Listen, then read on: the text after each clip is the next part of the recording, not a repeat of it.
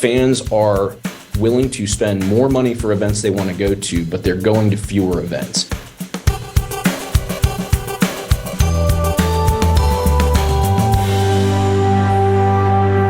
I'm Mike Mateen. I'm the Senior Associate AD of Ticketing and Business Analytics at Arizona State University. Everything that touches getting fans here kind of falls under what I do. A decision we made a couple of years ago, as we really developed this analytics department, we really wanted to take the fan voice and actually put some strategy around that. So it's more than just, hey, what are our customer service team here on the phone? What is the guest relations person here in the venue? But actually give them that voice. And so we've put a really robust survey that we've really rolled out to all of our venues. That asks everything from the fan experience, basically every touch point that a fan will go through, and they rate the importance of that touch point to them. They rate several areas within that, and then they have some open response areas. And we've really taken that and we look at it and try to improve. I mean, the baseline is a net promoter score. That's the first question on there. So we're always trying to improve that. But within that, we want to improve the concessions, the parking, the ingress, the hospitality areas. About 3 really good years of solid fan feedback that we can analyze and try to, again, not make it venue specific like this one. We could take a lot from football and from basketball and move that into what we needed in a hockey arena. The survey analytics, it's given us an incredible amount of leverage when we work with our partners and our vendors. Sometimes there's a problem you need to solve, but you're not fully in control of that. You're partnered with a concessionaire or some other agency or a sponsor that you need to get that information to.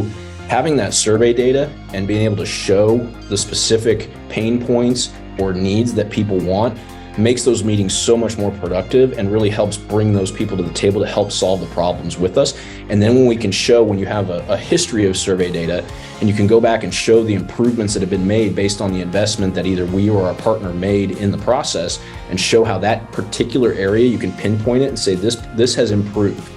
That then buys you credibility for the next time you ask for something. We just recently opened a multi-purpose facility. I was on the executive planning committee. We worked with Oakview Group and Mortensen Construction on the design. And because it's a multi-purpose facility, there were a lot of people involved in the construction because it had to serve more than just our hockey events. Our previous hockey venue had 800 seats in it. This has 5,000 seats in it. So how we're going to scale that up, how we were going to price that, what the revenue projections were going to be for that to fit into the pro forma. Because hockey it's a major piece of the arena, but the arena does service family shows, concerts, currently is the home of the Arizona Coyotes as a rental. We had to take a lot of expertise from the Oakview Group on those types of arena. We were looking around at other hockey venues, and we were charging more for our season tickets in our 800-seat arena than a lot of places do in the larger arenas. So there wasn't a lot of benchmarking that we could do. We did talk to some of the bigger programs in the Big Ten, especially places that have premium and suite areas like the Notre Dames and Ohio State and Penn State. But a lot of it, we really had to rely on fan survey information, take some of the things from our other venues. The job of analytics was to combine all of that information and try to see kind of what was the most relevant for this project. So it was very difficult, but it was a lot of fun because it was something unique to how we typically use analytics. So when I reflect back on what's worked out well or worked out better than expected, it also leads me to kind of think about what kept me up at night when we were doing the project. Our General Bowl season tickets, we put a cap on it because we wanted to make sure we had enough seats to sell to a fan who couldn't make every game for our youth groups and youth group hockey. We sold out of our General Bowl season tickets, within the first week. But our club level tickets were going a lot more slowly than we expected. We were concerned that maybe we priced it too high. We didn't have a preview center.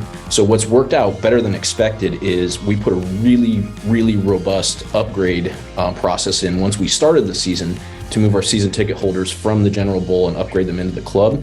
And that has worked out tremendously. We went from maybe 70% sold on season tickets in that club to we're already back closer to 80, 85. And expecting this off season to be able to get that to the 90, 95 that we'd like it at. I was concerned that there might be too many suites in the building because it was built again for the family shows and things like that. But we sold all but 2 of them on a season basis, and we obviously hold those for single game sales. The biggest trend that we face in college athletics really started several years ago as more and more places started to open up beer and wine and alcohol sales, because that used to be really all you did. That was the point of having a club, right? Is that you had a place where people could go and order those kind of beverages. But now as that's gone stadium wide, we've had to be a lot more creative with what we do in the clubs, right? It's not just, hey, this is that space that you go to. Now, we've needed to find more products that kind of touch people who are in a different stage of what they need in hospitality. So everything from a private deck where you can go back and order from your own concession stand, or this one is air conditioned in a large space. So not necessarily as exclusive, all the way up into those all-inclusive private areas on the high end. Really trying to find all those places in the stadium has been a trend that we've seen in college athletics in particular. The other thing is post-COVID, fans are willing to spend more money for events they want to go to, but they're going to fewer events. How do we lean into that trend and really capitalize on those people who are willing to spend a lot of money just to go to the big game, but also still have the experience and upgrade that experience for someone who is investing across a full season so that it's a better experience for them and that there's an extra added value other than just owning the seats, trying to give them something extra, knowing that that's the trend. I'd like to speak to how we've used the ALSD community, finding best practices and really helping drive our department forward. The biggest value that we get out of the conferences and the Zoom calls is when we are working with our other NCAA colleagues, because they are facing the same trends, they are facing the same challenges. Those open discussions, you can bring a question to the table. We've taken those relationships even outside of just the ALSD calls. When we needed to get creative about how we cobbled together information to recommend pricing and features for the premium spaces, we were able to go to so many different varieties of people that we had met, get all that data together for ourselves, and then make the best decision for ourselves. So a lot of what we do is not necessarily just take something that somebody else has done, but learn from what they did and what was either successful or not successful, and then adapt that to our situation. And just having access to other colleagues just makes that a lot easier.